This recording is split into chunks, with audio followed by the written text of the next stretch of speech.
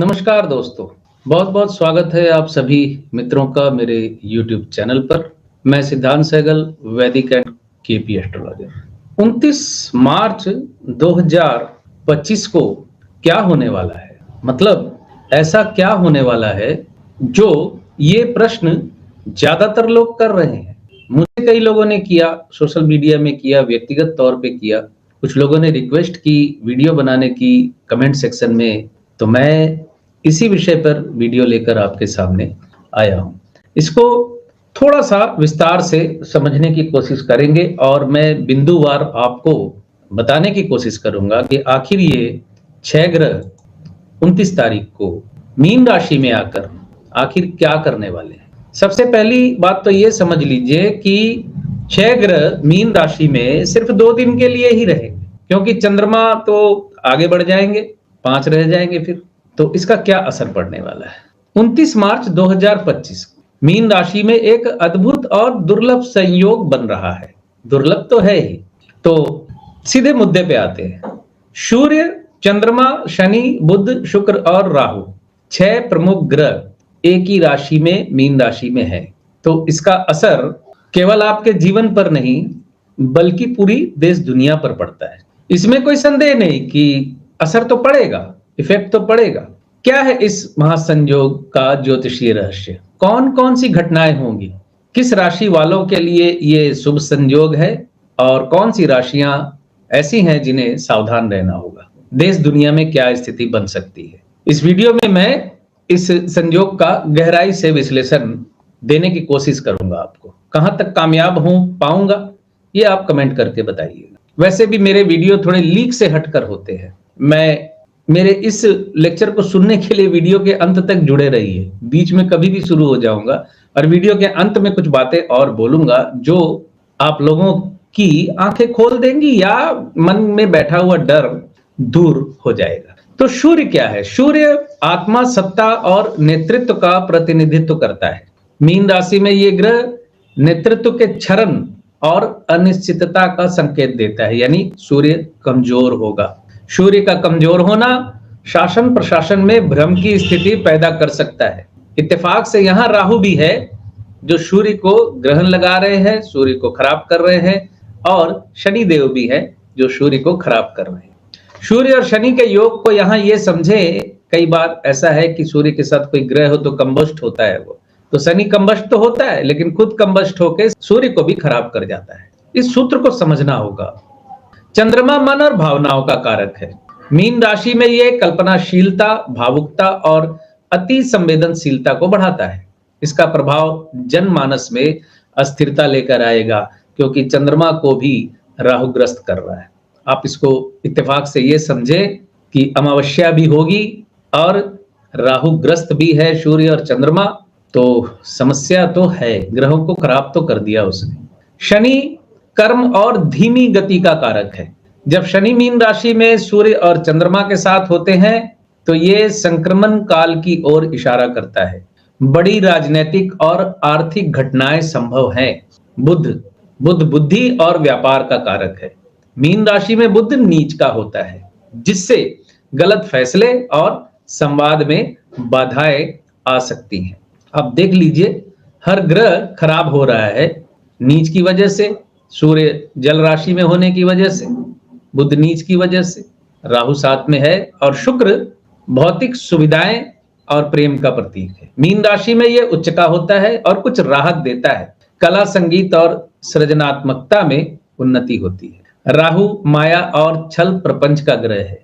Mean राशि में यह भ्रम, विदेशों में उथल पुथल और प्राकृतिक आपदाओं की ओर संकेत करता है। अब शुक्र भी राहुग्रस्त है। शुक्र राहुग्रस्त होने का क्या असर हो सकता है, इसको एक लाइन की पौराणिक कथा में से एक लाइन बता रहा हूं आपको।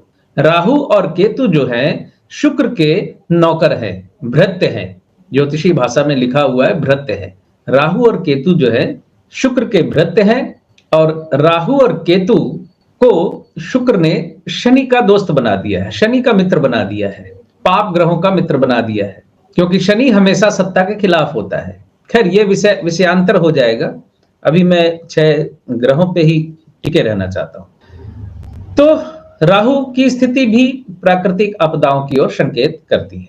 मुख्य बिंदु जो है, मीन राशि में ये 6 ग्रह भावनात्मक उथल-पुथल, राजनीतिक अस्थिरता और आर्थिक चुनौतियों का संकेत देते हैं। ये एक ऐसा संयोग है जो वैश्विक स्तर पर बड़ी हलचलें ला सकता है और लाएगा, क्योंकि दुनिया में कम से कम इस धरती पे कोई भी घटना घटती है तो उसका कोई ना कोई ज्योतिषी विश्लेषण जरूर होता है। ग्रहों की शक्ति के बगैर कोई भी घटना घटती नहीं है। भले ही कई लोग ज्योतिष का मजाक उड़ाते हैं कि इतनी दूर का ग्रह क्या कर लेगा, तो सूर्य इतनी दूर है आपसे, सूर्य की गर्मी से आप क्यों तड़प उठते हैं, ये भी सोचना चाहिए।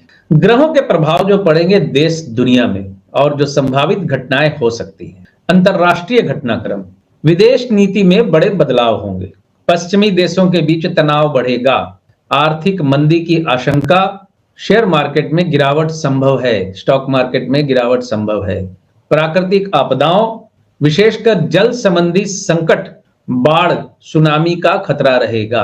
आप ये समझ लीजिए कि मीन राशि का संबंध समुद्र से होता है और मीन राशि भी जल राशि होती है।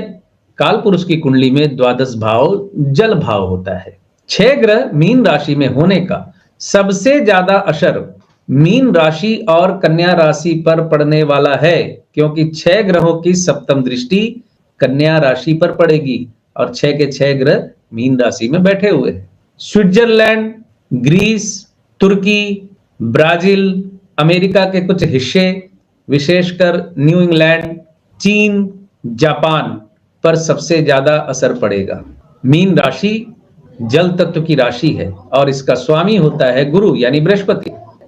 मीन राशि को आध्यात्मिकता, करुणा, रचनात्मकता, कल्पनाशीलता और गुप्त तत्वों से जोड़कर देखा जाता है। इस राशि का संबंध ऐसे देशों और क्षेत्रों से होता है जो जल प्रधान, धार्मिक, आध्यात्मिक और कल्पनाशील कार्यों में अग्रणी होते हैं। मीन राशि प्राकृतिक संसाधनों, विशेषकर जल के भंडार और समुद्री सीमाओं पर आधारित देशों से भी जुड़ी होती है।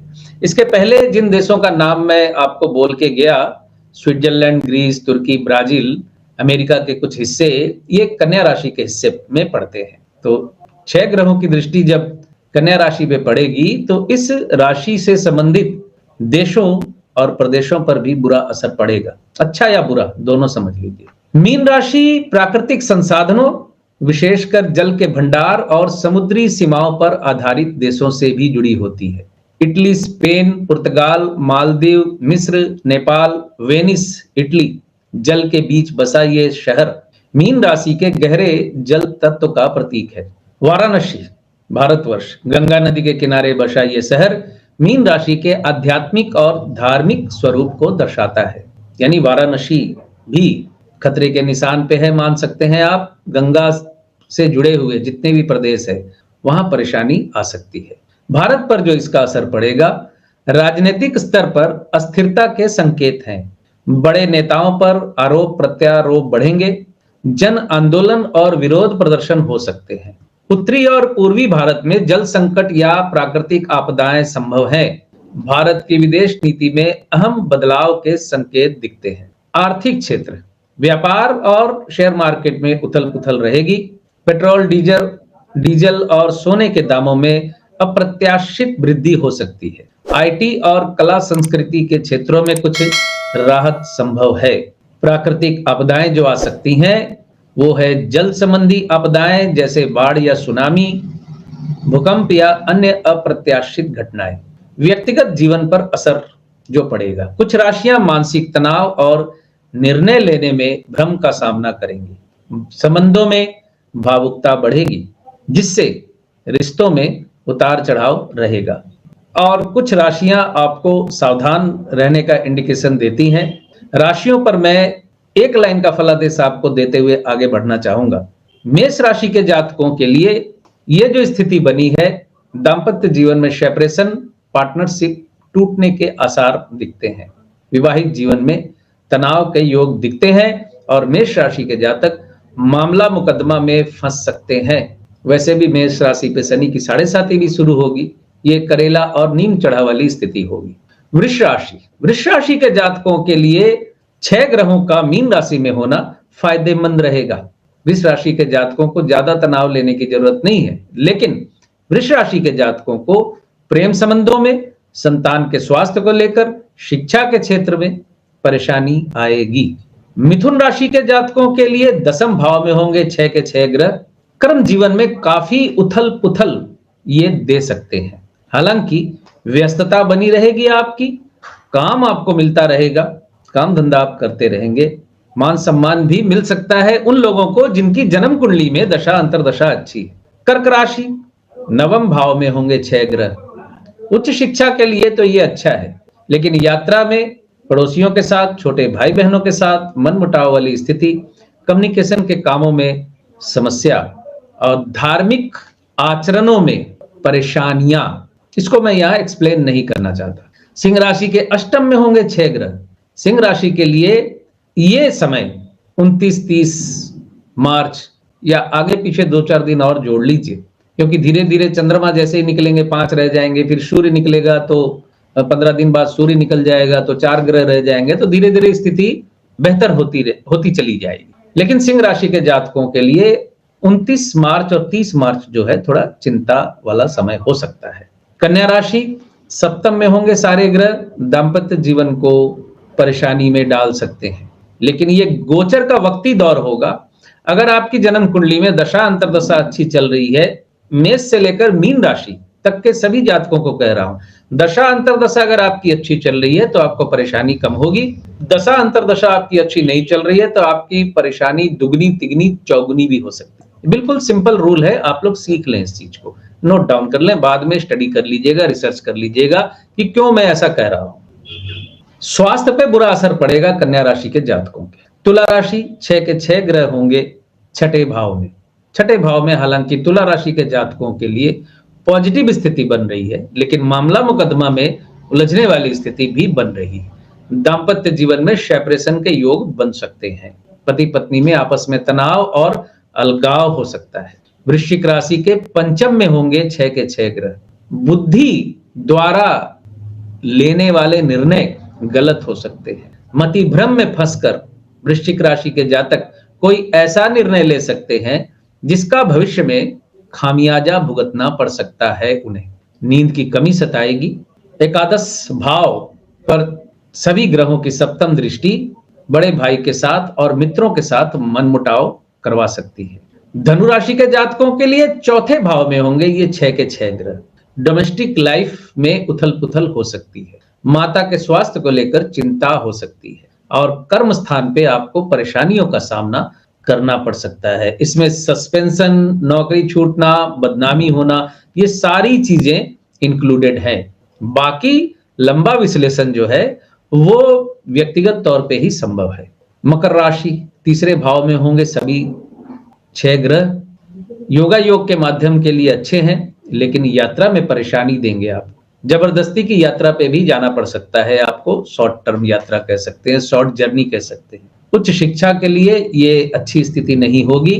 पिता के साथ संबंध विच्छेद वाली स्थिति भी बन सकती है। ये चीज वृश्चिक राशि के जातकों पर भी लागू हो रही है और धनु राशि के जातकों पर भी लागू हो रही है और मकर राशि के जातकों पर भी लागू हो रही है। पिता के साथ संबंध बिगड़ सकते हैं उनके। कुंभ राशि के दूसरे भाव में होंगे सभी के सभी ग्रह। दूसरे भाव में सभी ग्रह धन संबंधी परेशानियों और अचानक धन प्राप्ति, ये दोनों घटनाएं होंगी आपके साथ। अचानक धन प्राप्ति भी कभी कभी परेशानी का वायस बन जाती है। इन बिटवीन द लाइंस को आपने यहां पर समझना है। मीन राशि 6 के 6 ग्रह राशि के प्रथम भाव में होंगे, जो आपके स्वास्थ्य पे बुरा असर डालेंगे, आपके व्यवसाय पे बुरा असर डालेंगे, दाम्पत्य जीवन पे बुरा असर डालेंगे और अनिर्णय वाली स्थिति में आपको रखेंगे। ये 5-6 दिन की बात है, ज्यादा दिन की नहीं। ज्यादा से ज्यादा 15 दिन आप मान के चलिए। तो ये जो स्थिति है, इस वक्त उपाय ही सुनना चाहते हैं लोग अक्सर, लेकिन ऐसी स्थिति में उपाय विशेष काम नहीं करते, क्योंकि 6 के 6 ग्रहों का उपाय कौन कौन सा और क्या क्या करेंगे। फिर भी शनि का उपाय आप कर सकते हैं। शनि देव का मंत्र जाप कर सकते हैं, ओम शं शनिश्चराय नमः। बुध नीच का है तो हरा चारा खिलाएं गाय को। जरूरतमंदों की मदद करना हमेशा ही अच्छा उपाय होता है।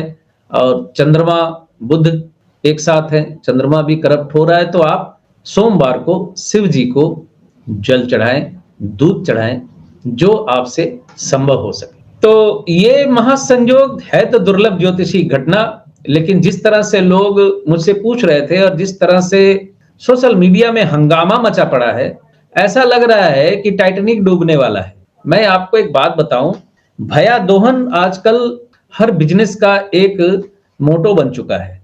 ज्योतिष में भी भया दोहन चलता है। जिंदगी में ऐसा ये पहली बार नहीं हो रहा है कि 6 ग्रह एक राशि में आ गए।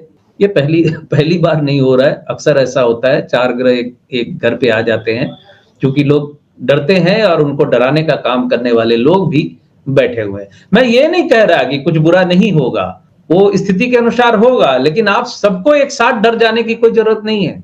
मैं आपको जागरूक करने के उद्देश्य से ये बात मैं बार बार बोलता हूं।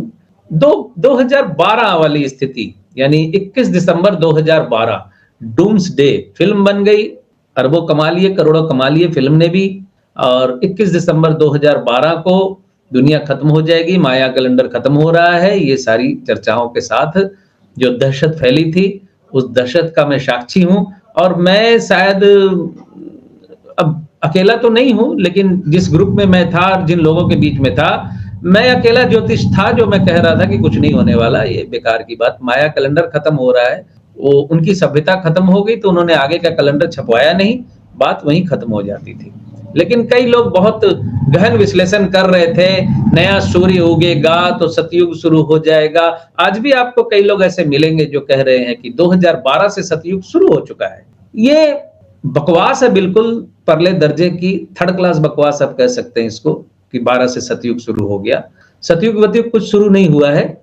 ग्रहों की ये स्थितियां बनती रहती हैं, गोचर में स्थितियां ऐसी बनती रहती हैं, और उसका खामियाजा समाज को, जातकों को, देश को, राज्य को भोगना पड़ता है। ये गोचर भी वैसा ही है, कुछ के लिए अच्छा होगा, कुछ के लिए बुरा होगा। और बेसिक बात यह है कि ये कोई 6 महीने ये स्थिति नहीं रहने वाली है।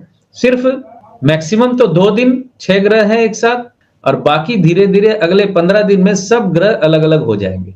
तो 15 दिन का ये दौर हो सकता है कि देश दुनिया के लिए कठिनाई भरा साबित हो। स्थितियां इस वक्त देश की जो बनी हुई है, यानी पूरे वर्ल्ड की जो बनी हुई है, कोई आश्चर्य की बात नहीं है कि स्थितियां ज्यादा बिगड़ जाए। और वैसे भी 14 मई 2025 को जब बृहस्पति मिथुन में आएंगे और अतिचारी गति में आ जाएंगे, तो परेशानियों का दौर तो एक शुरू होने वाला ही है।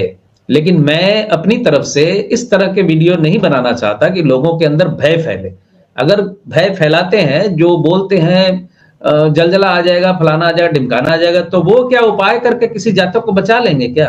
अमूमन जो कमजोर दिल के हैं, जो डर जाते हैं बहुत जल्दी, वो उपायों की शरण में पहुंच जाते हैं, और वो करवाने वाले उनके उपाय करवाने लगते हैं। तो मैं बिल्कुल स्पष्ट आपको कहूंगा कि डरने की आपको जरूरत है नहीं, आतंक में आने की कोई जरूरत नहीं है। भारतवर्ष पे इन 6 ग्रहों का मीन राशि में आने का फल बहुत ज्यादा बुरा नहीं पड़ने वाला, और थर्ड वर्ल्ड वार में भारत, ज्यादातर चांस ऐसे हैं कि भारत शायद इसमें इन्वॉल्व नहीं होगा। लेकिन हाँ, विश्व में स्थिति खराब होगी तो भारत की स्थिति भी बिगड़ेगी ही, लेकिन ऐसी डर वाली स्थिति फिलहाल नहीं है। हाँ, थर्ड वर्ल्ड वार को लेके जो बातें करते हैं, युद्ध को लेके बातें करते हैं, जो 27-28 में वैसी स्थितियां बिगड़ रही हैं। तो चलता रहता है ये। देखिए, इस दुनिया में कोई चिरकाल तक रहता नहीं है, किसी ने चिरकाल तक यहाँ रहना नहीं है। उतार चढ़ाव, अच्छा बुरा, ये जीवन का अंग है। हर चीज को हमें एक्सेप्ट करना पड़ता है। तो दोस्तों, ये था इन 6 ग्रहों पर मेरा व्याख्यान या मेरा एक्सप्लेनेशन। इसके प्रभावों को समझकर हम अपने जीवन में बेहतर बदलाव ला सकते हैं। यदि आप राशि पर क्या विशेष असर पड़ेगा ये जानना चाहते हैं, तो कमेंट में अपनी राशि लिखें। मैं कोशिश करूंगा, वादा नहीं कर रहा, कोशिश करूंगा कि अगर किसी को बहुत ज्यादा परेशानी है अपनी राशि को लेकर, तो मैं उस पर अलग से वीडियो बना दूं। जैसे मैं सोच रहा हूं कि कन्या राशि और मीन राशि पे मैं अलग से वीडियो बना दूं। समय मिला तो मैं जरूर बना दूंगा। तो वीडियो अच्छा लगे तो वीडियो को लाइक और शेयर कीजिए, ताकि अधिक से अधिक लोग इस महासंयोग की जानकारी पा सकें, और जिनके अंदर डर फैल गया है वो झूठे डर से मुक्त हो सके। और जो मित्र पहली बार मुझसे जुड़े हैं, पहली बार मुझे सुन रहे हैं, पहली बार उन्हें मेरा चैनल दिखा है, पहली बार मुझे देख रहे हैं, ज्योतिष को गंभीरता से अगर समझना चाहते हैं, गंभीर ज्योतिष की जानकारी चाहते हैं, ज्योतिष के सत्य को समझना चाहते हैं, तो मेरे चैनल को जरूर सब्सक्राइब करें। और जो मित्र मुझसे जुड़े हुए हैं वो थोड़ा लाइक और शेयर करें। अपने मित्र का यानी अपने मित्र की इतनी मदद आप कर ही सकते हैं। वीडियो शेयर इसलिए भी कीजिए कि जो डर फैल रहा है उस डर से लोग थोड़ी मुक्ति प्राप्त कर सकें। बाकी सब कुछ ईश्वर के हाथ में है, जो होना है वो होता है। मुझे आनंद फिल्म में राजेश खन्ना का वो संवाद बड़ा प्रिय है जिसमें राजेश खन्ना कहते हैं कि मैं मरने के पहले मरना नहीं चाहता। तो मरने के पहले ना मरे, स्वाभाविक तौर पे लीजिए, ग्रहों की ऐसी स्थिति बनती रहती है। और एक बात और सुन लीजिए, कलयुग खत्म होने में अभी बहुत देर है। तो ये जो कलयुग खत्म हो रहा है, सतयुग आ रहा है, दुनिया बदल जाएगी, सूर्य पश्चिम में उगेगा, फिर उसके बाद दक्षिण से उगेगा, फिर उत्तर से उगेगा, टाइप की ये जो बातें होते रहती हैं, ये व्यू कैप्चर करने की बातें हैं या आपको मिसगाइड करने की बातें हैं, पैसा कमाने की बातें हैं, दुकानदारी है, व्यवसाय है, भयादोहन है, और रहती दुनिया तक ये रहेगा। आप मुक्त नहीं हो सकते, ये चलता रहेगा। ये आप पे निर्भर करता है कि आप क्या सुनना चाहते हैं और क्या नहीं सुनना चाहते। तो बहुत बहुत धन्यवाद जो मित्र मुझसे जुड़े हुए हैं। खुश रहें, स्वस्थ रहें।